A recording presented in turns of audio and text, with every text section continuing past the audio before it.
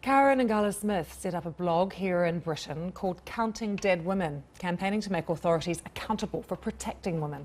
She's also chief executive of NIA, a charity which supports women who have experienced domestic and sexual violence. Karen, good to have you with us. Morning. What's the picture here in the UK? In the UK, we regularly see, well, so far this year, men have killed 127 women that I'm aware of, and that's pretty standard. About 2/3 of those will have been killed by a partner or ex-partner. And the other third? Sons, sexual predators? There are sons, there are sexual predators, and we also see particularly older women getting killed in robberies.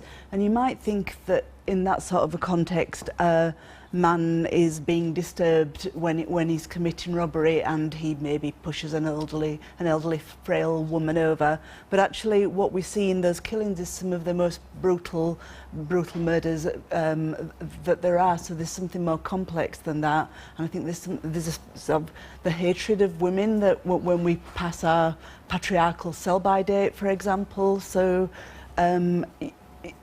you learn a lot about men's attitude towards women if you look at the different circumstances. Karen, that is one quite shocking cause. I was surprised to find that.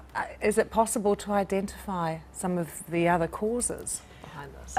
I think one of the most important things that we look at is sex inequality between women and men, and then we have socially constructed gender. We have ideas about what men should be like and what women should be like, and men's entitlement to women's bodies, their idea of women as possessions, the sexual objectification of women, and they all feed into attitudes about women and men that I think support men's violence against women. When I saw these figures, Karen, I was genuinely quite shocked because I've heard about sort of single incidences. Yeah.